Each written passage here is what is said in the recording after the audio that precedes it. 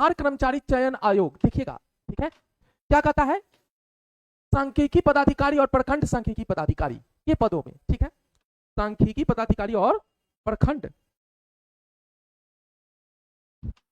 सांख्यिकी पदाधिकारी पदों पर नियुक्ति हेतु विज्ञापन प्रारूप क्या है। अब ऑनलाइन रजिस्ट्रेशन, आप तो जानते ही हैं, जनरल सी बातें हैं कि जब रजिस्ट्रेशन, अब सारी फॉर्म फिलअप तो ऑनलाइन ही होती है, ऑफलाइन तो नहीं होती है। 1/4 इसका दिनांक है, देखिए 1/4/2025 से 19/4/2025 अंतिम तिथि है। लेकिन इसमें पेमेंट कैसे होगा, ये सारी बात हम जानेंगे। किस कैटेगरी, तो हमारे किस कैटेगरी के कितना सीटें हैं, ये सारे कुछ को हम लोग अभी जानेंगे। क्या कहता है, ध्यान से देखिएगा आप लोग, कहता है विज्ञापन संख्या 125 अर्थ एवं सांख्यिकी निदेशालय योजना एवं विकास विभाग के द्वारा बिहार यानी पटना के अंतर्गत अवर सांख्यिकी पदाधिकारी प्रखंड सांख्यिकी पदाधिकारी के निम्नांकित रिक्त पदों पर नियुक्तियां हेतु सुयोग्य उम्मीदवारों से ऑनलाइन आवेदन आयोग के वेबसाइट जो है जो कि बिहार गवर्नमेंट का जो अपना वेबसाइट है, उस वेबसाइट पर आमंत्रित किए जाते हैं, यानी उसी वेबसाइट से आपका फॉर्म फिलअप किए जाएंगे, ठीक है। अब इस चीज को देखिए ध्यान से। अब कहता है अधियाची विभाग द्वारा प्राप्त कराए गए वेतनमान एवं शैक्षणिक योग्यता की विवरण, देखिएगा शैक्षणिक योग्यता क्या है वो हम लोग देखेंगे। क्या है, ध्यान से देखिए, पहले नंबर की इसका पद क्या है, पद का नाम देखिए अवर सांख्यिकी पदाधिकारी और प्रखंड सांख्यिकी पदाधिकारी। जो सीटें, इसका जो नोटिफिकेशन है, सांख्यिकी पदाधिकारी और प्रखंड सांख्यिकी पदाधिकारी के लिए वेतनमान जो होगा 7वां होगा, उसी के आधार पर चलेगा अभी। शैक्षणिक क्यों, क्योंकि जब आप लोग जानते हैं एक चीज और, कि जब 8वां वेतनमान है वो लागू तो हो चुके हैं सेंट्रल से, और ये मिल चुका है, लेकिन वो 2026 से लागू होगा। जिन लोगों का, जो हमारे सरकारी कर्मचारी हैं, उन लोगों का जो वेतन जो पास होगा 8वां वेतनमान, वो आपका 2026 से होगा। तो अभी जितने भी फॉर्म करेंगे अभी आप इसी वेतनमान पे काम करेंगे, ठीक है। शैक्षणिक योग्यता क्या है, तो ध्यान से देखिएगा, मान्यता प्राप्त, एक मान्यता प्राप्त यूनिवर्सिटी से आपको अर्थशास्त्र गणित सांख्यिकी से किसी भी विषय यानी डिग्री होनी चाहिए, ग्रेजुएट होने चाहिए, तभी आप फॉर्म फिलअप कर सकते हैं। ग्रेजुएट नहीं है तो फॉर्म फिलअप नहीं कर सकते हैं। देखिए ध्यान दीजिए, कोई भी डिग्री होनी चाहिए। अधियाची विभाग द्वारा कुल जो है 682 रिक्तियां उपलब्ध कराई गई है, जिसकी कोटिवार विवरण निम्नवत है। अब कोटिवार कहने का मतलब कैटेगरीज, किस जाति के लिए, जनरल है, अनारक्षित है, आरक्षित है, ये सारे को लिए ये पद दिया गया है। इसके बारे में हम लोग जानेंगे। कहता है कोटि, देखिए अनारक्षित जो जनरल कैटेगरीज के आते हैं, उनका जो सीट है 313 है जनरल वाले के लिए, जिसमें महिला और पुरुष दोनों आते हैं। 313 जो सीट है वो उसमें महिला और पुरुष, लेकिन इसमें सिर्फ और सिर्फ महिलाओं के लिए 110, आप जानते हैं, लगभग मान लीजिए लगभग आधा तो नहीं हुआ, थोड़ा सा कम हुआ, तो स्पेशल महिला के लिए स्पेशल सीट जो वैकेंट है 110 है, यानी 110 सीटों पर महिलाएं फॉर्म फिलअप कर सकती है। उसके बाद आता है अनुसूचित जाति जो है 98 सीट, 98 अनुसूचित जाति का, जिसमें महिला जो है 34 को है। अनुसूचित जनजाति जो है इसका मात्र 7 सीटें हैं, जिसमें 2 जो है महिला के लिए है, 7 टोटल है, महिला और पुरुष दोनों मिलाकर के 7 है, जिसमें 2 जो है महिला का है, इसका मतलब 5 पुरुष के लिए है। अत्यंत पिछड़ा वर्ग जो आता है, अति पिछड़ा वर्ग जो होते हैं, वो 112 है, उसमें 112 में 39 जो है सिर्फ महिलाएं उसमें फॉर्म डाल सकती है, यानी महिलाओं का सीट है, फॉर्म डालने के लिए तो कोई भी डाल सकता है, लेकिन सीट जो है महिलाओं के लिए है। फिर पिछड़ा वर्ग है 65 है, जिसमें 22 महिला है। पिछड़ा वर्ग की महिला जो कि 22 है, तो महिला जैसी दे दिया पिछड़ा वर्ग, देखिए यहाँ पे फिर बढ़ गया ना, यहाँ 22 है तो वही चीज को रिपीट कर दिया, यहाँ समझिए, पिछड़ा वर्ग में 62 सीट है, जिसमें महिला 22 दे दिया, इसी चीज को यहाँ लिख दिया, पिछड़ा वर्ग की महिला जो है 22 है। उसके बाद आर्थिक रूप से कमजोर वर्ग जो है उसका 68 है, जिसमें महिला 24 है। तो टोटल पद आपका होता है 682 टोटल पद, जिसमें महिलाओं का जो टोटल पद है 231 है। जो सिर्फ महिला का जो पद वैकेंट है वो 231 सीट है वैकेंट। अब आते हैं यहाँ पर स्वतंत्रता सेनानी के पोता पोती नाती नतीन हेतु आरक्षित पदों की संख्या। जैसे रिलेशन होता है, रिलेशन संबंधित जब किसी का लिया जाता है, किसी का रिलेशन हो, तो उसमें 14 सीट को रखा गया है कि किसी रिलेटिव अगर स्वतंत्रता सेनानी में शहीद हो चुका है, उसके परिवार से कोई अगर शहीद हो चुका है, ठीक है, तो वहां पे जंग में जब भारत देश के लिए अगर उसके कोई रिलेटिव, दादा दादी में से कोई अगर रिलेटिव वहां पर शहीद हो चुके हैं, उनके बच्चों के लिए 14 सीट रखा गया है स्पेशल कोटी में, वो उन्हीं के बच्चे जाएंगे, ठीक है। दिव्यांग अभ्यर्थियों हेतु जो दिव्यांग होते हैं, मतलब क्या, विकलांगता के लिए जो विकलांग होते हैं, तो विकलांग कई प्रकार के होते हैं, ये आप लोगों को पता है कि विकलांग जो होते हैं कई प्रकार के होते हैं, कई प्रकार के होते हैं। देखिए एक चीज जो कमेंट आ रहे हैं भाई मेरे, सारे जो डिग्री एक ऑनर्स पेपर होने चाहिए, इसमें डाल दिया है कोर्सेस, लेकिन आपके डिग्री होने चाहिए वो यहाँ दिए देखिए, पास कोर्स के रूप में उक्त विषयों से स्नातक की डिग्री या पूरक विषय के साथ स्नातक में डिग्री प्राप्त अभ्यर्थी भी उक्त पद हेतु योग्य होंगे। यानी दूसरे जो सब्जेक्ट से आप डिग्री हेतु है तो आप उसमें कुछ पदे हैं जिसमें आप फॉर्म भर सकते हैं। ठीक है प्रकाश गुप्ता जी, ठीक है ध्यान से देखिए। अब आते हैं दिव्यांग जो है कई प्रकार के हैं, तो ये अलग अलग कैटेगरीज है विकलांगता का। क्या क्या कैटेगरी देखिए, जैसे VI है, DD है, OH है, MD और MUD है, जो कि अलग अलग है। देखिएगा इसमें सारे कुछ का एक्सप्लेन कर चुका है। देखिए दिव्यांगता की प्रकृति इस प्रकार से क्या, VI जो है, VI का मतलब होता है दृष्टि दिव्यांग, जो आंख से अंधा है, जो आंख से साफ दिक्कत है, वो आता है VI में।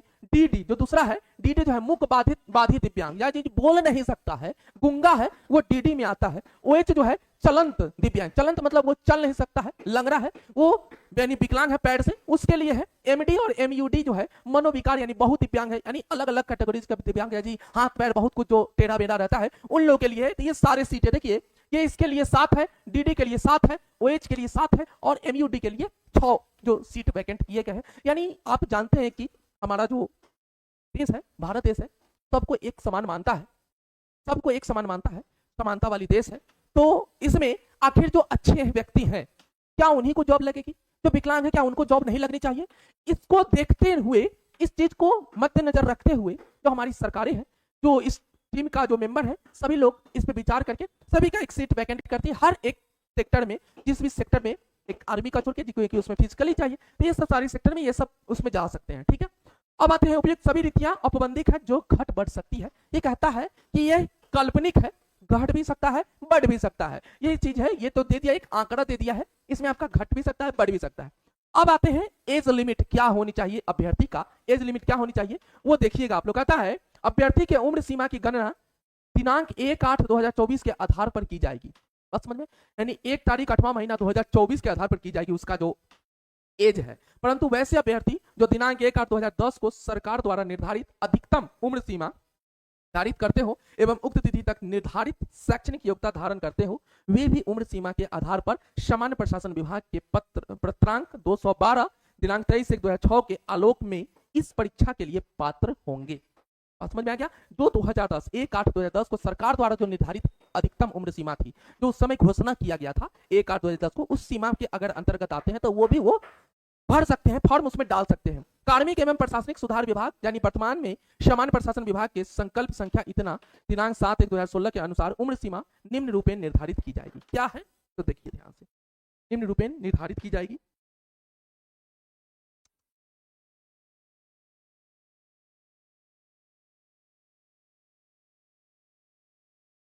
चलिए देखिए ध्यान से, अब कहता है न्यूनतम उम्र सीमा क्या है, तो मिनिमम जो एज है 21 वर्ष होनी चाहिए। और जाहिर सी बात है जाहिर सी बात है कि अगर 21 वर्ष जनरली ग्रेजुएट होने के लिए आपको जो सरकार का एक एज लिमिट होनी चाहिए, वो 21 में ही ग्रेजुएशन हो पाती है, उससे पहले तो संभव है नहीं, है ना, जो सरकार का नियमानुसार है।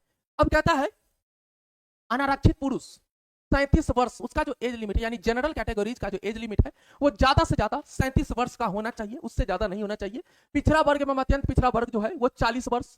फिर अनारक्षित महिला जो है, यानी जनरल कैटेगरीज में जो महिला है, लेडीज के लिए, लड़कियों के लिए वो 40 वर्ष तक का एज लिमिट दिया है। अनुसूचित जाति एवं अनुसूचित जनजाति, इसमें पुरुष और महिला दोनों का सामान्य किया है 42 वर्ष, वो 42 वर्ष तक इसमें फॉर्म डाल सकता है। अब सभी कोटि के दिव्यांग अभ्यर्थी जो है क्या कहता है, उपयुक्त कोटिवार अधिकतम उम्र सीमा के अतिरिक्त 10 वर्ष की छूट होती है। इसका मतलब होता है मान लीजिए कि जो दिव्यांग है, जो विकलांग है, अगर जनरल कैटेगरीज में अगर विकलांग है कोई, तो जनरल कैटेगरीज में अगर विकलांग होगा तो उसका मान लीजिए कि 37 वर्ष है, तो इसका मतलब वो 47 वर्ष 10 साल और बढ़ा दीजिए, 46 वर्ष तक जो है वो वहां पर फॉर्म डाल सकता है। उसका एज अगर 46 साल भी है तो वो डाल सकता है। अगर पिछड़ा वर्ग में है तो 40 है तो वो 50 साल तक डाल सकता है। अगर अनारक्षित जो महिला है वो 40 है तो वो भी 50 वर्ष तक डाल सकती है, अगर विकलांग है तो, अन्यथा नहीं हो सकती है। तो ये सभी कोटिवार जितने भी कोटि का है कैटेगरी जो है जाति का, वो उनके एज का जो फिक्सेशन किया गया अधिकतम एज है, अगर वो विकलांग है तो 10 साल ऐड कर लीजिएगा, उसी से आप फॉर्म डाल सकते हैं, अपना कैलकुलेशन कर लीजिएगा। ठीक है,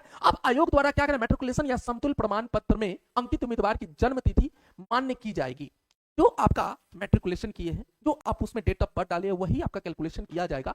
क्या कहता है, बिहार अवर सांख्यिकी संवर्ग संशोधन नियमावली 2024 के नियम 5 के आलोक में बिहार राज्य के अंतर्गत संविदा के आधार पर पूर्व से नियोजित कनीय सांख्यिकी सहायक, प्रखंड सांख्यिकी सहायक, कहता है संविदा के आधार पर। संविदा के आधार का मतलब होता है कि ठेकेदारी के हिसाब से, कॉन्ट्रैक्ट बेसिस पे जो इस पद पे, जिस पद के लिए गवर्नमेंट निकाली है वैकेंसी, जो कॉन्ट्रैक्ट बेसिस पे अगर जो पहले से बहाली हो चुकी है, कॉन्ट्रैक्ट बेसिस पे जो प्राइवेट से होता है, उन लोगों का भी इसमें चर्चा किया गया है।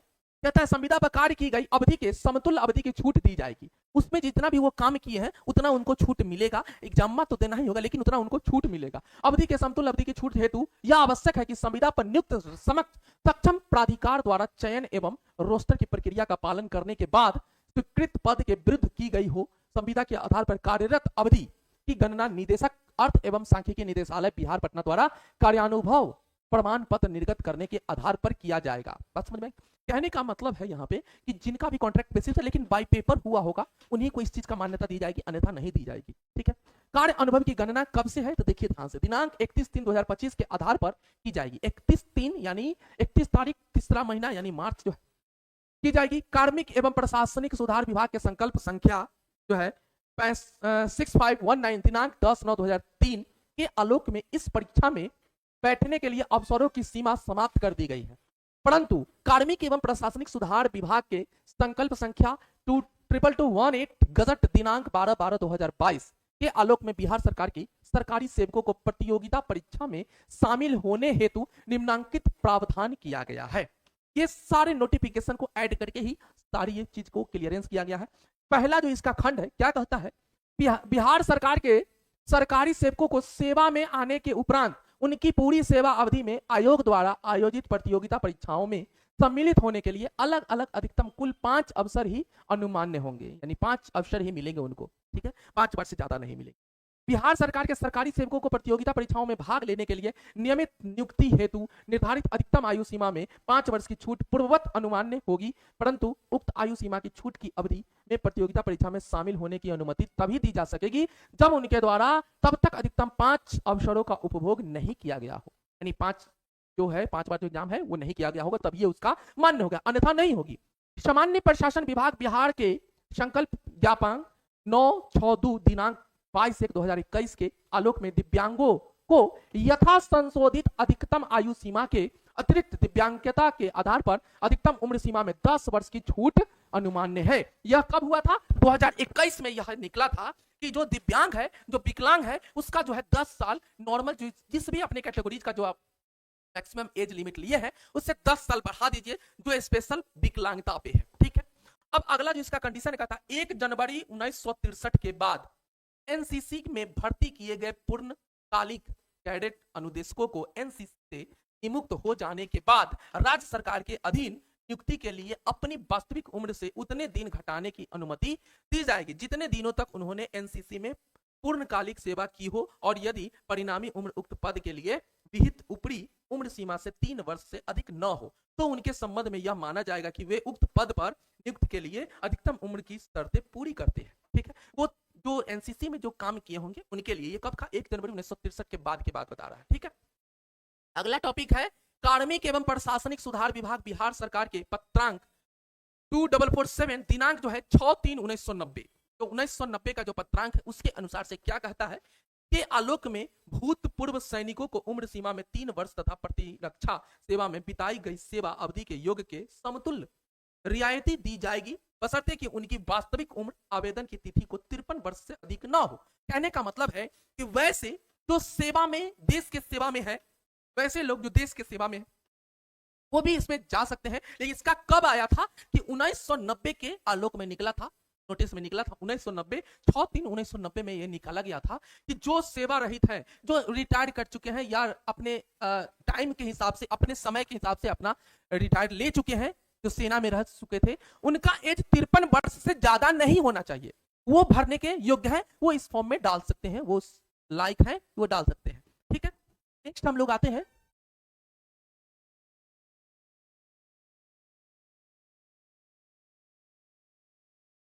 देखिए क्या कहता है, भूतपूर्व सैनिकों एवं कमीशन्ड ऑफिसर यानी डीसीओस, एसएफसीओस सहित श्रेणी के पदाधिकारी भी उक्त प्रतियोगिता परीक्षा में के आधार पर भरे जाने वाले पद के लिए आवेदन दे सकते हैं। इस पद पर उच्चतम आयु सीमा में 5 वर्ष तक आयु शिथिलीकरण का लाभ उन्हीं भूतपूर्व सैनिकों एवं कमीशन ऑफिसर्स को हो एवं शर्त समाप्ति के बाद सैनिक सेवा से विमुक्त हो गए हो अथवा 6 महीने के भीतर विमुक्त होने वाले हो, बशर्ते कि ऐसी विमुक्त कदाचार, अयोग्यता, शारीरिक अक्षमता अथवा अपंगता के परिणाम स्वरूप नहीं हुई हो। कहने का मतलब है कि वो या तो वो अपने सेवा से रिटायर हो चुके हो या फिर 6 महीना में होने वाले हो, आने वाले 6 महीने में, 6 महीने के अंदर होने वाले हो, वो भी डाल सकते हैं। लेकिन रिटायर हो रहे हैं, लेकिन उसमें कंडीशन क्या है कि वो उनको छुट्टी नहीं दी गई हो, किसी कारण बस गोली लग गई, हाथ कट गया, पैर कट गया, काटा गया, तो वो वैसे नहीं कंडीशन चलेंगे। उनको तो शारीरिक रेस्ट के लिए छुट्टी दिया गया है, तो वैसे कैंडिडेट इसमें फॉर्म नहीं डाल सकते हैं।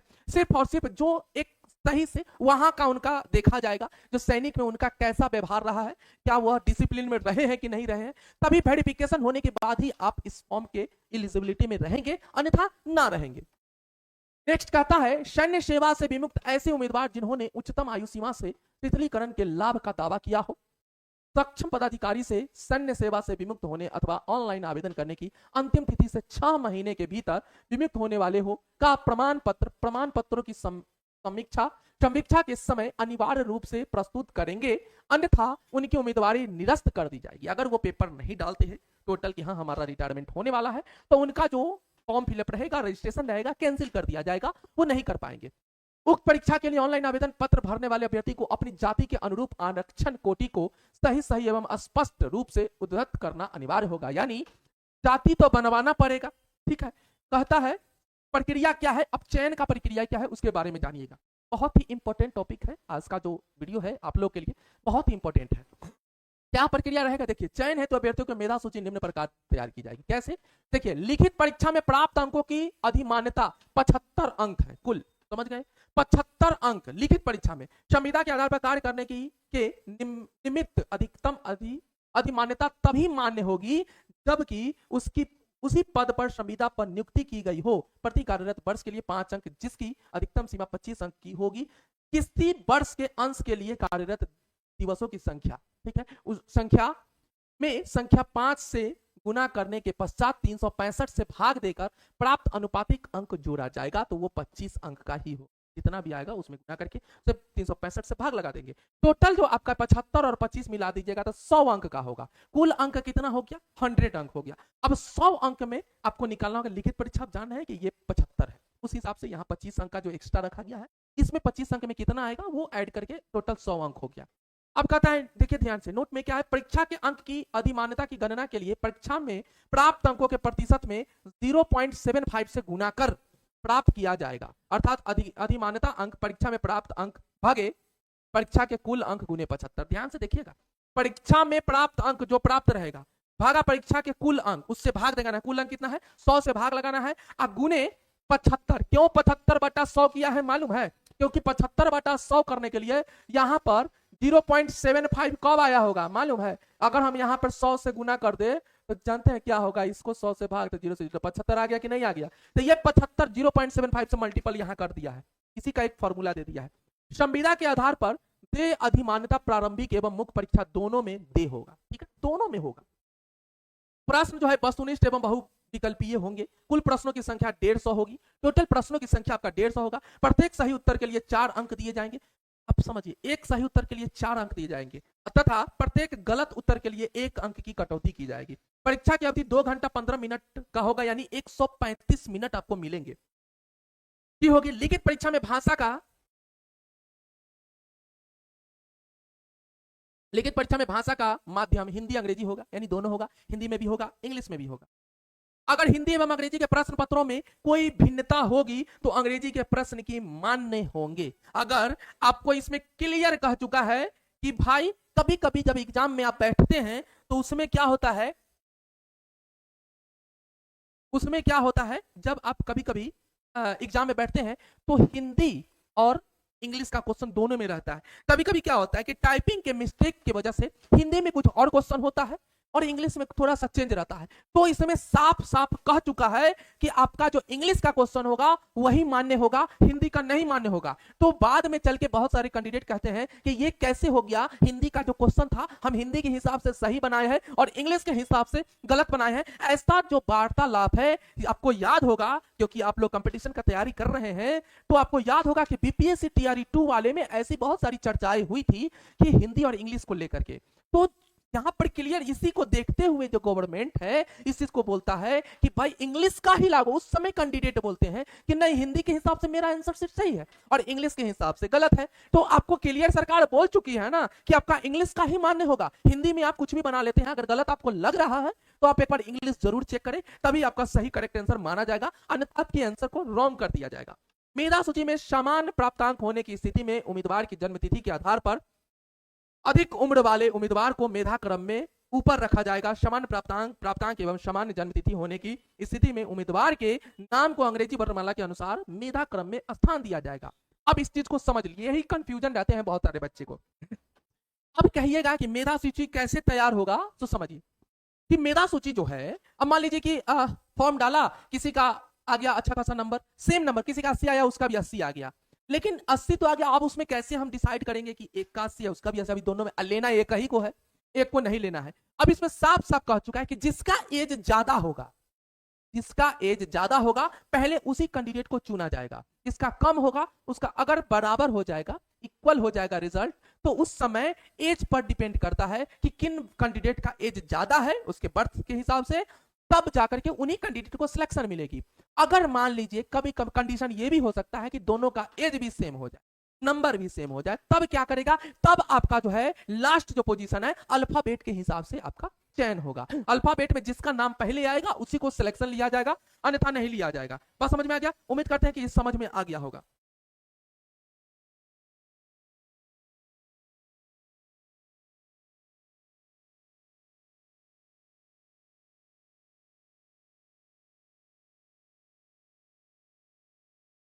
अब देखिए, कहता है कार्मिक एवं प्रशासनिक सुधार विभाग सामान्य प्रशासन विभाग द्वारा निर्गत संकल्प संख्या इतना दिनांक 16/7/2007 के आलोक में जो कोटिवार न्यूनतम अर्हतांक निम्न रूपे निर्धारित हुआ था, जो 2007 में जो नोटिस निकली थी उसके हिसाब से कहता है अनारक्षित वर्ग जो है 40% लिया गया है।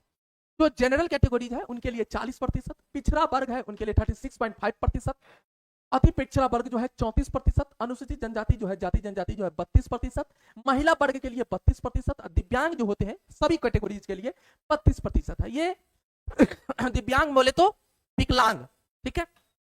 नोट अगला कहता है उक्त न्यूनतम अर्हतांक का निर्धारण मात्र लिखित परीक्षा हेतु लागू होगा। ये जो जितने भी कंडीशन दे रहा है सिर्फ और सिर्फ रिटन एग्जाम तक ही ये लागू होंगे, उसके बाद का बात नहीं बोल रहा है। ये परीक्षा शुल्क आप देते हैं, हम लोग का शुल्क क्या लगेगा उस पर हम लोग पूरा करेंगे। क्या कहता है, सामान्य वर्ग, पिछड़ा वर्ग, अत्यंत पिछड़ा वर्ग के पुरुष, जो पुरुष अभ्यर्थी है सभी के लिए 540 रुपए लगेंगे, फी जो है गवर्नमेंट का। अनुसूचित जाति अनुसूचित जनजाति बिहार के अस्थायी निवासी के लिए, जो बिहार के अस्थायी होने चाहिए, वो उनको 135 रुपया लगेगा ओनली फॉर। सभी श्रेणी के दिव्यांगों के लिए, अनुसूचित जाति हो चाहे जनजाति हो, सामान्य हो, कोई भी हो, 135। जो विकलांग होंगे उनके लिए 135 रुपया ही ओनली लग रहे हैं। सभी श्रेणी के महिलाओं के लिए जो कि सिर्फ बिहार के अस्थायी हो, जो बिहार के हो उनको लिए भी यानी महिलाओं के लिए भी 135 रुपया ही लग रहा है।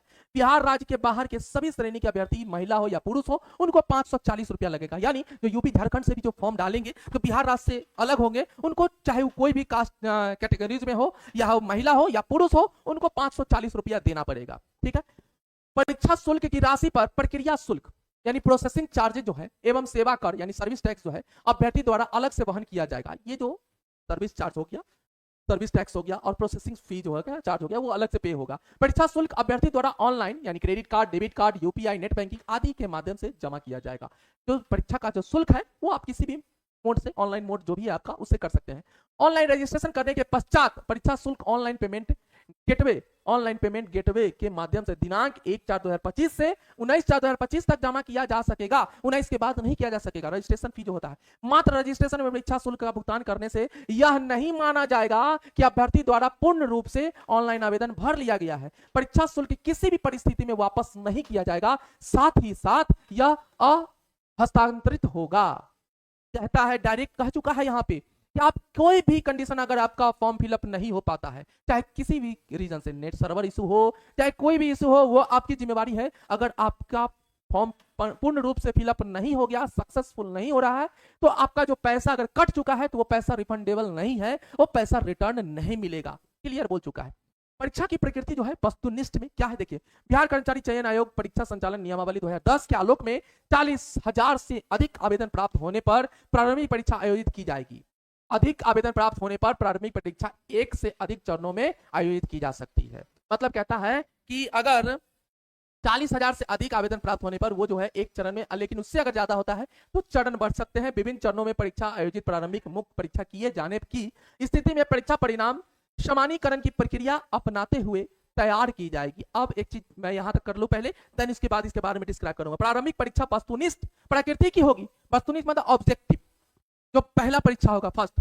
प्रारंभिक परीक्षा के माध्यम से कोटिवार उपलब्ध रिक्तियों के 5 गुना संख्या के बराबर अभ्यर्थियों का चयन मुख्य परीक्षा के लिए किया जाएगा। मुख्य परीक्षा हेतु अलग से विज्ञापन प्रकाशित किया जाएगा। कहता है फर्स्ट जो आप पीटी दीजिएगा, जितना भी रिजल्ट आएगा कैंडिडेट का उसमें 5 से गुना कर दीजिएगा। उसमें 5 से, मान लीजिए किसी रिजल्ट आ गया अगर 20,000 कैंडिडेट अगर पास हो जाते हैं तो इसमें 5 से गुना कर दीजिए, तो आपका जो है 1 लाख कैंडिडेट को निकाला जाएगा। 5 से गुना करके, इससे ज्यादा को नहीं निकाला जाएगा। अब 1 लाख कैंडिडेट जो है नेक्स्ट जो दूसरा जो एग्जाम होगा, मेंस के एग्जाम होगा, उसमें बैठने के लिए ये तत्पर रहेंगे। 1 लाख यानी 20,000 का जो कैंडिडेट होगा उसमें 5 से गुना कर दीजिए, 1 लाख हो गया। 1 लाख कैंडिडेट को आपको उसमें मेंस के लिए सेकंड जो एग्जाम होगा उनके लिए ये भर सकते हैं, लेकिन उसका विज्ञापन निकाला जाएगा फर्स्ट एग्जाम के बाद। अब यहां पे आते हैं, इसमें कहता है कि जो 40,000 आप जानते हैं बिहार है बबुआ, बिहार में कुछ भी जो है तनिका से काम नहीं चलता है ना। बिहार में तनिका से काम चलेगा? बिहार में कोई नाश्ता करता है? झूठों का नाम रखता है कि नाश्ता है, डिनर है, लंच है, फलना है, ठिकाना है ना। यहाँ तो सीधे है बाबू रे ठास भोजनम, है ना। यानी जितना हो सके नाश्ता नाम रखेंगे लेकिन खाएंगे भर पेट। वही चीज है यहाँ पर। अगर एक बार फॉर्म कहाँ निकलेगा 40,000 भराएगा, ये पगला गया है 40,000 भराएगा, 40,000 भराएगा। तो आप इस चीज से बाकी पहले से हैं कि भाई एक फॉर्म निकलने भर देरी है। जैसे क्या जाता है, जैसे कभी आप लोग देखे होंगे कि एक पोखर में मछली पालन हो रही है, उस मछली पालन में अगर दाना डालते हैं थोड़ा सा तो सारे मछली को देखते हम गटर गटर गटर गटर आ जाएगा खाने के लिए। सेम कंडीशन अपने बिहार में गवर्नमेंट नौकरी के लिए है ना, क्योंकि एक बार सरकार दाना डालती है, दाना मतलब बोले तो वैकेंसी निकालती है, और उसके बाद हमारी इतने कैंडिडेट जो बेरोजगारी है, जहाँ कुछ हद तक सरकार की भी कमी है, कुछ हद तक हमारी भी कमी है, तो दोनों को कमी है। कहीं ना कहीं हम किसी का एक का दोष नहीं देते हैं, तो दोनों में कमी है, तभी कुछ दिक्कतें हैं। तो इतनी बेरोजगारी है, इस बेरोजगारी के भीड़ में क्या 40,000 फॉर्म फिलअप होगा, क्या 50,000 फॉर्म फिलअप होगा? ये कई लाख पहुंच जाएंगे देखिएगा फॉर्म फिलअप में, ठीक है। क्योंकि ये बिहार है बाबू। यहाँ तो चपरासी की नौकरी जब होता है ना, उसमें भी एकदम भीड़ लग जाता है। तो ये साफ लो ग्रेड जो होते हैं उनके लिए भी, तो ये तो गलत बात है, आप जानते हैं इस चीज को। अगला आते हैं प्रारंभिक परीक्षा। प्रारंभिक परीक्षा में एक पत्र सामान्य ज्ञान का होगा, जिसके निम्नलिखित विषय होंगे। सामान्य ज्ञान क्या है? सामान्य अध्ययन, सामान्य विज्ञान एवं गणित, सामान्य गणित होगा, जनरल गणित होंगे, और विज्ञान साइंस जो जनरल साइंस है वो। मानसिक क्षमता, comprehensive logical reasoning mental ability जो होते हैं वो आपकी क्षमता को चेक किया जाएगा। सिलेबस क्या है? तो देखिए प्रारंभिक परीक्षा सिलेबस निम्न प्रकार है। क्या क्या है? तो देखिए सामान्य अध्ययन में मुझे क्या क्या सिलेबस कहता है। इसमें प्रश्नों का उद्देश्य अभ्यर्थी के आसपास के वातावरण की सामान्य जानकारी तथा समाज में उनके अनुप्रयोगों के संबंध में उसकी योग्यता की जांच करना होगा। वर्तमान घटनाओं और दिन प्रतिदिन की घटनाओं के सूक्ष्म अवलोकन तथा उनके प्रति वैज्ञानिक दृष्टिकोण जैसे मामलों की जानकारी संबंधी ऐसे प्रश्न भी शामिल किए जाएंगे जिनके बारे में जानकारी रखने की किसी भी शिक्षित व्यक्ति से अपेक्षा की जाती है। इसमें बिहार, भारत एवं इसके पड़ोसी देशों के संबंध में विशेष रूप से प्रश्न पूछे जा सकते हैं। मतलब कहता है कि जो आपके आसपास जो घटना घटता है, जो सामाजिक घटनाएं घटती रहती है, उसके बारे में भी क्वेश्चन रहेगा इसमें। प्लस जो मुख्य रूप से हमारे बिहार का, देश में, विदेशों में, आस पड़ोस के जो देश है, हमारे जो पड़ोसी देश है, उनमें जो मुख्य घटना घटती है, जो एक शिक्षित पढ़े लिखे व्यक्ति से जो उम्मीद रखा जाता है कि बैठे हैं कहीं समाज में और कहीं चर्चा चल गया कि भाई दिल्ली में क्या हुआ, नेपाल में क्या हुआ, बांग्लादेश में क्या हुआ, तो ये जो जानकारियां हैं, यानी कहने का मतलब करेंट अफेयर आपको जानकारी रखनी पड़ेगी। ये आपका सामान्य जो है अध्ययन है, इसमें जानकारी रखनी पड़ेगी आपको। नेक्स्ट है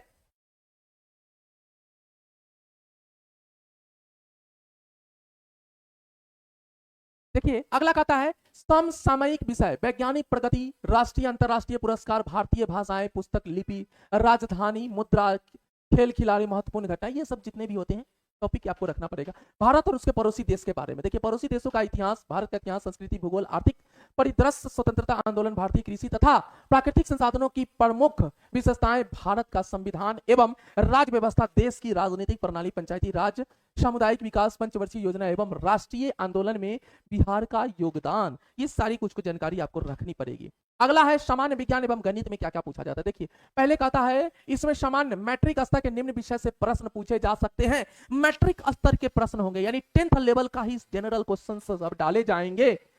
सामान्य विज्ञान में भौतिक शास्त्र है, रसायन शास्त्र और जीव विज्ञान और भूगोल है, यानी फिजिक्स, केमिस्ट्री और बायो और ज्योग्राफी, इसी से क्वेश्चन पूछे जाएंगे सामान्य विज्ञान में। अब मानसिक क्षमता के गणित, गणित में क्या है, संख्या पद्धति से प्रश्न आएंगे, पूर्ण संख्याओं का अभिकलन आएगा, दशमलव और भिन्न आएगा, संख्याओं के बीच परस्पर संबंध आएगा, मूलभूत अंक गणितीय संक्रियाएं आएगा, प्रतिशत आएगा, अनुपात समानुपात आएगा, औसत, ब्याज, लाभ और हानि, इसी टॉपिक से गणित से पूछे जाएंगे क्वेश्चन। मानसिक क्षमता में क्या है तो देखिए इसमें शाब्दिक एवं गैर शाब्दिक दोनों प्रकार के प्रश्न पूछे जा सकते हैं, जो कि आप जानते हैं कि क्वेश्चन रहते हैं, वर्ड प्रॉब्लम भी रहते हैं मानसिक में, और एक फिगर वाले होते हैं। ये दोनों क्वेश्चन आपसे पूछे जाएंगे। घटना में निम्न से संबंधित यथासंभव प्रश्न पूछे जा सकते हैं। सदृश, समानता एवं भिन्नता, स्थान कल्पना, समस्या समाधान, विश्लेषण, दृश्य स्मृति, विभेद, अवलोकन, संबंध, अवधारणा, अंक गणितीय तर्क शक्ति और अंक गणितीय संख्या, श्रृंखला, कूट लेखन एवं कूट व्याख्या, ये सारे क्वेश्चन मानसिक क्षमता से में रहेंगे। अब कहता है मुख्य परीक्षा के लिए 2 पत्र होंगे। मुख्य परीक्षा के लिए कितने पत्र होंगे, 2 पत्र होंगे। फर्स्ट है हिंदी, जो अहर्त होगा, यानी जो परीक्षार्थी इसमें 30% या 30% से अधिक अंक लाएंगे उन्हीं का दूसरा पत्र मूल्यांकित किए जाएगा, यानी 30% कम से कम 30% आना चाहिए, 30% से ज्यादा हिंदी में होनी चाहिए। मुख्य पत्र जिसमें निम्न विषय शामिल होंगे, क्या क्या, सामान्य अध्ययन, सामान्य विज्ञान एवं गणित, मानसिक क्षमता एवं एबिलिटी। अब आरक्षण क्या है तो देखिए, आरक्षण का लाभ राज्य सरकार के प्रचलित आरक्षण नियमों के अनुसार और राज्य सरकार के सक्षम स्तर से निर्गत प्रमाण पत्र के आधार पर ही दे होगा, यानी जो गवर्नमेंट आपका नोटिस दी है, कंडीशन दिया है, उसी के आधार पर आपको आरक्षण मिलेगा, अन्यथा नहीं मिलेगी। ऑनलाइन आवेदन पत्र में इंगित कॉलम में आरक्षण का दावा नहीं करने पर आरक्षण का लाभ नहीं मिलेगा। कहने का मतलब कि अगर आप जनरल कैटेगरी का ईडब्ल्यूएस नहीं लगाते हैं तो आपको कोई आरक्षण, कोई छूट नहीं दिया जाएगा, तो आपको ऑनलाइन आवेदन के समय में देना पड़ेगा। ये चीज बनवा लीजिएगा आप लोग अभी ही, क्योंकि आपके पास समय नहीं है, आपके पास समय नहीं, 1 तारीख से आपका फॉर्म फिलअप होना शुरू हो जाएगी, तो अभी बनवा लीजिएगा। ऑनलाइन आवेदन पत्र में इंगित कॉलम में आरक्षण, ये तो हो गया। जाति के आधार पर आरक्षण का लाभ उन्हीं उम्मीदवारों को मिलेगा जिनका अस्थायी निवास बिहार राज्य में होगा। कास्ट के अनुसार उन्हीं को आरक्षण मिलेगा जिनका जो बिहार से होंगे, प्रॉपर बिहार का उनका आवास होगा, यानी आवासीय तो बनवाना ही होगा, जातीय, आवासीय और जो कैटेगरीज का है वो बनवा लीजिएगा। बिहार राज्य के बाहर के निवासी अभ्यर्थी को आरक्षण का लाभ दे नहीं होगा। जो बिहार से बाहर के आएंगे उनको कोई आरक्षण नहीं मिलेगा। आवेदन में दिया गया स्थायी पता ही आरक्षण के प्रयोजन के लिए अस्थायी निवासी अनुमान होगा। उक्त आरक्षण के लिए उम्मीदवारों को अस्थायी आवासीय प्रमाण पत्र प्रस्तुत करना अनिवार्य होगा, यानी आवासीय आपको देना पड़ेगा। अस्थायी निवासी प्रमाण पत्र मान्य नहीं किया जाएगा। कहता है अनुसूचित जाति एवं अनुसूचित जनजाति के उम्मीदवारों को निम्नांकित प्रमाण पत्र जमा करना अनिवार्य होगा। ठीक है, अब कहता है जाति प्रमाण पत्र क्या क्या चाहिए, सो देखिए। जाति प्रमाण पत्र अस्थायी यानी क्या चीज, आवासीय, मूल निवासी होनी चाहिए, प्रमाण पत्र चाहिए। पिछड़ा वर्ग एवं अत्यंत पिछड़ा वर्ग के उम्मीदवारों को क्रीमी लेयर रहित प्रमाण पत्र जमा करना अनिवार्य होगा। पिछड़ा वर्ग एवं अत्यंत पिछड़ा वर्ग की दशा में अपने अस्थायी अधिवास अंचल के राज्य सरकार द्वारा अधिसूचित अंचल पदाधिकारी राजस्व पदाधिकारी द्वारा निर्गत क्रीमी लेयर रहित प्रमाण पत्र एवं अपने अस्थायी अनुसूचित अंचल पदाधिकारी राजस्व, ये है अधिवास अंचल के राज्य सरकार द्वारा अधिसूचित अंचलाधिकारी द्वारा निर्गत अस्थायी निवास प्रमाण पत्र मान्य होगा। यानी आपको ब्लॉक से, जो जानते हैं आवासीय, आप लोग सब लोग जानते होंगे कि आवासीय कहां से बनता है, जो आपका जो ब्लॉक के जो ऑफिसर होंगे वही आपको निर्गत करेंगे, वही आपका मान्य होगा। अन्यथा कहीं से कोई मान्य ये नहीं कि आप बनवा लीजिएगा, मुखिया से बनवा लीजिएगा तो उसका कोई मान्य नहीं होगा। आरक्षण का दावा करने वाली विवाहित महिलाओं का जाति क्रीमी लेयर रहित प्रमाण पत्र उनके पति के नाम एवं पता से निर्गत होना चाहिए, न कि उनके पति के नाम से। उपयुक्त आरक्षण संबंधित सभी प्रमाण पत्र आयोग एवं आयोग कार्यालय में प्रमाण पत्रों की समीक्षा के समय मूल रूप से प्रस्तुत नहीं करने पर आरक्षण का लाभ दे नहीं होगा। अगर मेन पेपर आप वहां नहीं सबमिट करते हैं उस समय उसका कोई दे नहीं होगा, आपको कोई छूट नहीं मिलेगी, आप इससे वंचित हो जाएंगे, कोई छूट आपको नहीं दी जाएगी। सामान्य प्रशासन विभाग बिहार की अधिसूचना संख्या इतना दिनांक 26/2/2019 के आलोक में आर्थिक रूप से कमजोर वर्ग के लिए रिक्ति की उपलब्धता की स्थिति में नियमानुसार 10% आरक्षण दे होगा। आप जानते ही हैं कि जो अनारक्षित होते हैं उनके लिए सामान्य जो होते हैं उनके लिए 10% आरक्षण दे होगा। आर्थिक रूप से जो कमजोर वर्ग के सदस्य द्वारा प्रस्तुत किया जाने वाला आय एवं परिसंपत्ति प्रमाण पत्र उपयुक्त अधिसूचना के साथ संलग्न अनुसूचित इनाम में सक्षम प्राधिकार द्वारा निर्गत होना चाहिए। अब समझिए, आय भी बनवा लीजिएगा, इसमें कहता है आय भी जरूरी है, क्योंकि आय से ही पता चलेगा कि आप बहुत कमजोर है। बोल देने से तो होगा नहीं कि हम बहुत गरीब है, वो गरीब बोलने से नहीं चलेगा कि हमारे पास पैसा नहीं है सर जी, ऐसा कुछ नहीं होगा। आपको दिखाना पड़ेगा, शो कराना होगा, सरकार से अप्रूवल लेना होगा कि सचमुच मैं गरीब हूं, मेरे पास क्षमता नहीं है किसी चीज का तैयारी करने के लिए। ठीक है, अब कहता है आरक्षित कोटि के उम्मीदवार अपनी जाति के अनुरूप पूर्ण रूप से संतुष्ट होने के पश्चात ही आरक्षण कोटि का अंकन ऑनलाइन आवेदन के संबंधित कॉलम में करेंगे एवं ऑनलाइन आवेदन भरते समय उनके पास आरक्षण कोटि के अनुरूप सक्षम प्राधिकार के निर्गत प्रमाण पत्र उपलब्ध होना अनिवार्य होगा। किसी प्रकार की त्रुटि होने पर आरक्षण का दावा मान्य नहीं होगा। अगर किसी भी गलत होती है तो आपका कोई दावा नहीं होगा। कहता है इसी समय ऑनलाइन आवेदन के समय ईबीसी अंकित करते हैं तथा प्रमाण पत्र समीक्षा के दौरान बीसी कोटि का प्रमाण पत्र प्रस्तुत करते हैं तो उन्हें अनारक्षित कोटि में रखा जाएगा। बात समझ में आ गया? अगर आप बाद में चल के अगर किसी कोटि का आप डालते हैं तो आपको कोई छूट नहीं दी जाएगी, जनरल कैटेगरीज में आपको रखा जाएगा, चाहे आप किसी भी कैटेगरीज के क्यों ना हो, आपको जनरल में रखा जाएगा। ठीक है, यदि उम्मीदवार प्रमाण पत्र समीक्षा के दौरान संगत प्रमाण पत्र प्रस्तुत नहीं करेंगे तो उन्हें अनारक्षित कोटि में मान्य कर दिया जाएगा। तदनुसार आयोजित प्रतियोगिता परीक्षा फल की समीक्षा कर आवश्यक कार्रवाई की जाएगी। वो जनरल कैटेगरीज के हिसाब से आपको बताया जाएगा, उसी के हिसाब से आपको परीक्षा फल, उसके बाद कार्रवाई भी की जाएगी। सामान्य प्रशासन विभाग बिहार के संकल्प संख्या इतना 22/1/2021 के आलोक के दिव्यांगों, अब दिव्यांग के लिए कहता है को रिक्ति की उपलब्धता की स्थिति में नियमानुसार 4% क्षैतिज आरक्षण दे होगा। ऐसे आरक्षण का दावा करने की स्थिति में राज्य के किसी भी सरकारी चिकित्सक महाविद्यालय एवं अस्पताल से निर्गत अथवा परामर्शित संपुष्ट दिव्यांगता प्रमाण पत्र औपबंधिक रूप से मान्य होगा। आप गवर्नमेंट जो हॉस्पिटल होते हैं हर जिला में, हर जगह पे, वहां से आपको सर्टिफिकेट बनवाने पड़ेंगे दिव्यांगता का, तभी आपका उसमें मान्य होगा। अन्यथा कोई दिव्यांगता चाहे आप कितना भी विकलांग क्यों ना हो, वो देख करके नहीं बताएगा कि आप विकलांग है, आपको सर्टिफिकेट देना पड़ेगा एक हॉस्पिटल से। ठीक है, अस्थायी दिव्यांगता प्रमाण पत्र में निर्धारित अवधि के बाद नवीकरण नहीं होने की स्थिति में प्रमाण पत्र विधि मान्य नहीं होगा। ठीक है, अगर उस समय आप नहीं देते हैं तो बाद में आपका कोई मान्य नहीं किया जाएगा। सामान्य प्रशासन विभाग बिहार सरकार के संकल्प संख्या 10668 दिनांक जो है 29/6/2022 के अनुसार दिव्यांगज अधिकार अधिनियम 2016 की धारा 2R के अंतर्गत परिभाषित किसी भी बेंचमार्क दिव्यांगता PWDD यानी 40% या उससे अधिक से ग्रसित अभ्यर्थी एवं अधिनियम की धारा 2S के अंतर्गत परिभाषित परंतु इस अधिनियम की धारा 2R के अंतर्गत अपरिभाषित विशिष्ट दिव्यांग अभ्यर्थी अर्थात 40% से कम दिव्यांग वाले तथा लिखने में असमर्थ अभ्यर्थी को श्रुति लेखन एवं अन्य सुविधा का दावा करने की स्थिति में उपयुक्त अधिसूचना के साथ संलग्न अनुसूची 1 में सक्षम प्राधिकार द्वारा निर्गत प्रमाण पत्र एवं अनुसूची 2 में शपथ पत्र संलग्न करना अनिवार्य होगा।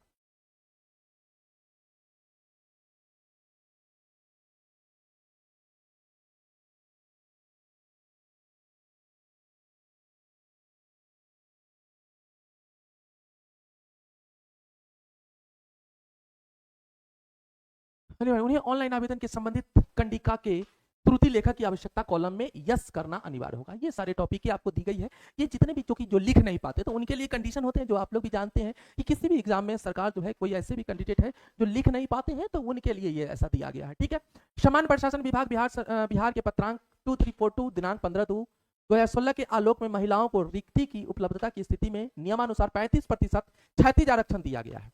35% महिलाओं के लिए दिया गया है, यह आरक्षण है।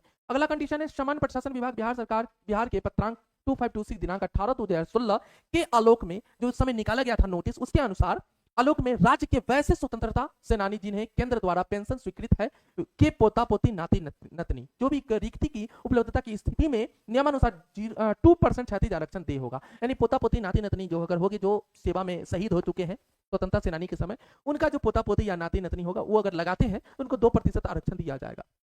ऐसे आरक्षण का दावा करने वाले अभ्यर्थियों के पास आवेदन करते समय अपने गृह जिला के जिला पदाधिकारी या उनके द्वारा प्राधिकृत प्राधिकारी के हस्ताक्षर से निर्गत सामान्य प्रशासन विभाग बिहार के पत्रांक 11687 दिनांक 30/8/2016 के अनुसार संलग्न विहित प्रपत्र में भूतपूर्व स्वतंत्रता सेनानी के पोता पोती नाती नतनी का प्रमाण पत्र निश्चित रूप से उपलब्ध होना चाहिए, तभी आपका वो मान्य होगा, अन्यथा नहीं होगा। कहता है 10 नंबर सामान्य प्रशासन विभाग बिहार की अधिसूचना संख्या 2622 दिनांक 26/2/2019 एवं पत्रांक 12123 दिनांक 23/6/2023 के आलोक में आर्थिक रूप से जो कमजोर वर्ग के सदस्य द्वारा प्रस्तुत किया जाने वाला आय एवं परिसंपत्ति प्रमाण पत्र उपयुक्त अधिसूचना के साथ संलग्न अनुसूचित सक्षम प्राधिकार द्वारा निर्गत होना चाहिए, तभी आपका यह मान्य होगा, अन्यथा नहीं मान्य होगा।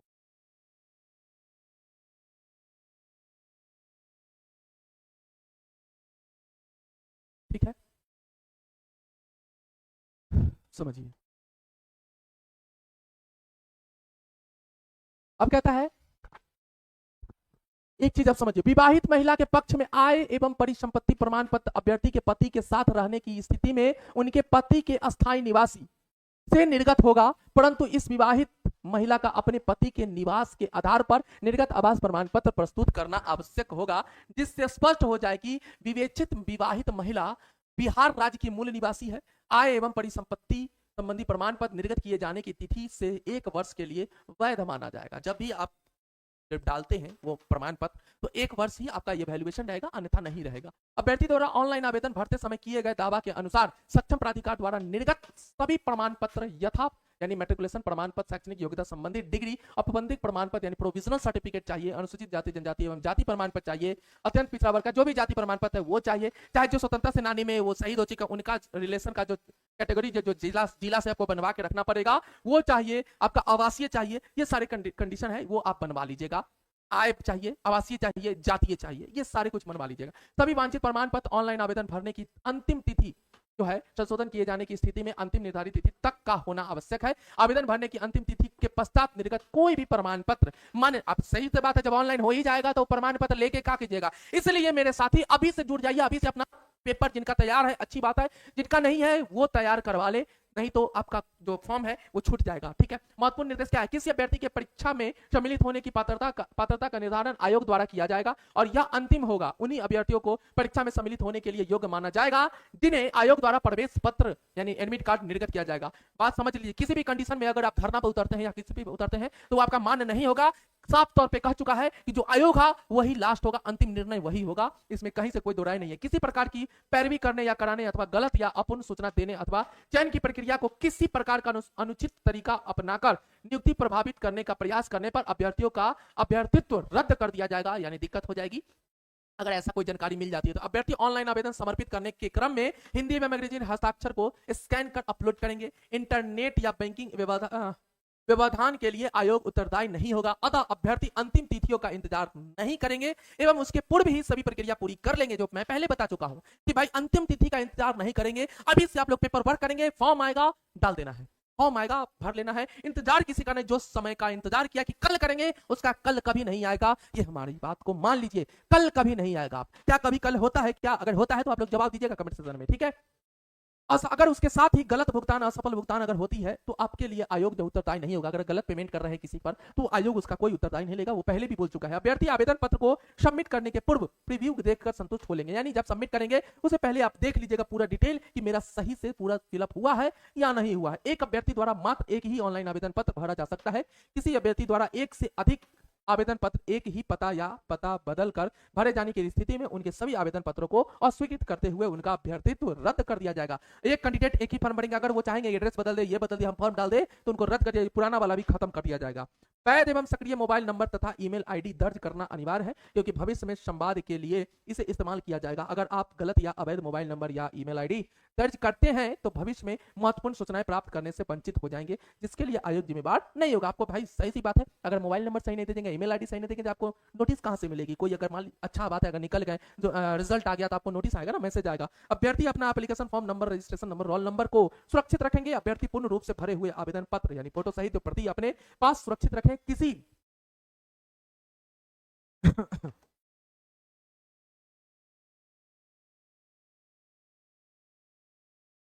किसी में डुप्लीकेट यानी जीरोक्स करवा लेते हैं, वैसा कोई आपका नहीं चलेगा, जीरोक्स नहीं चलेगा। एप्लीकेशन फॉर्म नंबर, प्रवेश पत्र आयोग द्वारा बाद में निर्गत नहीं किए जाएंगे। सामान्य प्रशासन विभाग बिहार पटना की अधिसूचना संख्या 9667 दिनांक 20/6/2024 के आलोक में लिखित परीक्षा जो होगा वो ऑनलाइन यानी कंप्यूटर बेस्ड टेस्ट होगा, वो आपको पता होना चाहिए। ऑफलाइन मोड में आयोजित की जा सकती है, यानी कहता है लिखित परीक्षा जो ऑनलाइन यानी कंप्यूटर या ऑफलाइन दोनों में की जा सकती है, ये चीज देखिए आयोग अपना निर्गत करेगा। विभिन्न परीक्षाओं के दौरान कतिपय अभ्यर्थियों के द्वारा प्रारूप धारण करने का प्रयास किया जाता है, यानी कहता है कि एक रूप अलग बना लेगा जाएगा एग्जाम देने दूसरे की जगह पर। तो ऐसा अतएव अभ्यर्थियों का परीक्षा के दौरान बायोमेट्रिक थंब लिया जाएगा, कंप्यूटर से किया जाएगा, ताकि चयन की प्रक्रिया के दौरान अभ्यर्थी के बायोमेट्रिक थंब जो है गलत अगर होता है ना, बहुरूपिया किसी के जगह पर किसी और को बैठा देना, उसके जगह फेस बना करके, तो ऐसा चलेगा। लेकिन भाई थंब कहाँ जाएगा? अगर थंब पकड़ा जाते हैं तो आपका अभ्यर्थी जो है रद्द कर दिया जाएगा, वो साफ तौर पर यहाँ कर चुका हुआ है। वैसे अभ्यर्थी प्रतियोगिता परीक्षा में सम्मिलित होने के हकदार नहीं होंगे जिन्हें संघ लोक सेवा आयोग, किसी राज्य लोक सेवा आयोग, अन्य चयन आयोग द्वारा निर्दिष्ट अवधि तक कदाचार के मामलों में परीक्षा से वंचित कर दिए जाने का आदेश पारित किया गया हो। जो पहले से किसी भी कैंडिडेट को जो आयोग जो है कि नहीं ये कदाचार अच्छा बच्चा नहीं है, इसका अभी परीक्षा कुछ दिनों के लिए होता है, अगर बाधित है तो वो परीक्षा में शामिल नहीं हो पाएंगे। उम्मीदवार की अर्हता आवेदन पत्रों की स्वीकृति अस्वीकार करने, चयन की प्रक्रिया, परीक्षा के आयोजन, परीक्षा केंद्रों का आवंटन, निर्धारण, परीक्षा फल तैयार करने की प्रक्रिया एवं सफल उम्मीदवारों के पदों संवर्ग के लिए चयन एवं आवंटन के संबंध में आयोग का निर्णय अंतिम होगा। जो आयोग निर्णय ले लेगा वो लास्ट होगा, जो सभी अभ्यर्थियों के लिए बाध्यकारी मान्य होगा तथा इसके संबंध में किसी भी प्रकार की जानकारी पत्राचार के संबंध में विचार नहीं किया जाएगा। ऑनलाइन आवेदन पत्र भरने से संबंधित तिथि क्या है? तो देखिए, ऑनलाइन आवेदन प्रारंभ करने की जो तिथि है शुरू होगा 1/4/2025 से, अप्रैल के 1 तारीख से स्टार्ट हो जाएगा। परीक्षा शुल्क जमा करने की जो अंतिम तिथि है 19 तारीख को, ऑनलाइन आवेदन भरने की जो अंतिम तिथि है वो 21 तारीख को खत्म हो जाएगी। लेकिन परीक्षा जो शुल्क है वो 19 तक ही आप जमा कर सकते हैं, उसके बाद में ऑनलाइन आवेदन पत्र में योग्यता, आरक्षण, कार्यानुभव से संबंधित प्रमाण पत्र, अंक पत्र तथा क्या क्या चीज है, मैट्रिक का अंक पत्र एवं मूल प्रमाण पत्र, अर्थशास्त्र, गणित, सांख्यिकी में स्नातक से संबंधित अंक पत्र एवं मूल प्रमाण पत्र, यही होना चाहिए। वल्ली अंक अर्थशास्त्र से होना चाहिए, गणित से होना चाहिए, सांख्यिकी में स्नातक होना चाहिए, इसी का डिग्री चाहिए, इसके अलावा नहीं। कानीय सांख्यिकी सहायक, प्रखंड सांख्यिकी पर्यवेक्षक, अन्वेषण के पद पर संविदा के आधार पर कार्यरत होने से संबंधित अनुभव प्रमाण पत्र, अस्थायी निवास आवासीय प्रमाण पत्र चाहिए, आवासीय प्रमाण पत्र चाहिए, जातीय प्रमाण पत्र चाहिए, स्वतंत्रता सेनानी के जो पोता पोती नाती उसका रिलेशन का चाहिए, दिव्यांगता का चाहिए यानी विकलांगता का सर्टिफिकेट चाहिए, अधिकतम उम्र सीमा में छूट हेतु सक्षम स्तर से निर्गत सरकारी सेवक का प्रमाण पत्र, यानी जो सरकारी सेवक पहले से एक्स सर्विसमैन रह चुका उनका लिए पूरा वो सर्टिफिकेट चाहिए, तभी वो फॉर्म भरेंगे। संविदा के आधार पर कार्यरत अवधि का दावा करने वाले उम्मीदवारों के द्वारा संविदा पर कार्यरत होने का कार्यानुभव प्रमाण पत्र निर्गत करने के लिए निदेशक अर्थ एवं सांख्यिकी निदेशालय बिहार पटना सक्षम प्राधिकार होंगे। कार्यानुभव प्रमाण पत्र हेतु वित्त प्रमाण पत्र प्रकाशित विज्ञापन के साथ संलग्न किया जाएगा, तभी उनका लिया जाएगा, अन्यथा नहीं लिया जाएगा। ये सारे जानकारियां हैं कैसे फॉर्म फिलअप होती हैं, वो टोटल है, फिर भी मैं कर देता हूं। ऑनलाइन आवेदन भरने हेतु विस्तृत आवश्यक निर्देश आयोग के वेबसाइट जो है bssc.bihar.gov.in पर उपलब्ध है। इन निर्देशों का अक्षरशः अनुपालन नहीं करने पर एवं ऑनलाइन आवेदन भरने के क्रम में अभ्यर्थी द्वारा की गई प्रविष्टि में किसी प्रकार की त्रुटि के लिए आयोग जिम्मेवार नहीं होगा। अगर कोई भी त्रुटि होती है तो वो आपकी गलती है, तो आप समझेंगे, उसमें आयोग आपकी जिम्मेवारी नहीं लेगी, बात याद रखिएगा। ऑनलाइन आवेदन की प्रविष्टि में किसी प्रकार के सुधार परिवर्तन हेतु समर्पित आवेदनों पर विचार नहीं किया जाएगा, सुधार भी नहीं होगा। ध्यान लीजिएगा, अभ्यर्थी के नाम, माता का नाम, पिता का नाम, जो भी आपका डिटेल है वो ध्यान से पढ़िएगा, ये सारे कंडीशन दिया गया है। अब घोषणा क्या है देखिए, ये लास्ट में ये दिया रहेगा, मैं घोषणा करता हूं कि मैंने आयोग द्वारा प्रकाशित विज्ञापन तथा निर्देशकों को भली भांति पढ़ लिया है। जब भी आयोग मेरे द्वारा दिए गए विवरण की पुष्टिकरण मांगेगा, मैं निर्देशानुसार आवश्यक सभी संबंधित दस्तावेजों को प्रस्तुत करूंगा।